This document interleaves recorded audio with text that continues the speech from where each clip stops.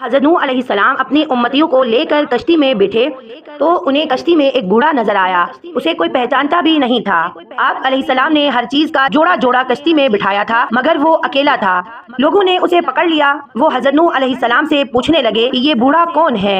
हज़रत नूह अलैहिस्सलाम ने उससे पूछा, बताओ तुम कौन हो। वो कहने लगा, जी मैं शैतान हूँ। आप अलैहिस्सलाम ने ये सुनकर फरमाया, तू इतना चालाक बदमाश है, कश्ती में आ गया। कहने लगा, जी मुझसे गलती हो गई है, अब आप मुझे माफ फरमा दे।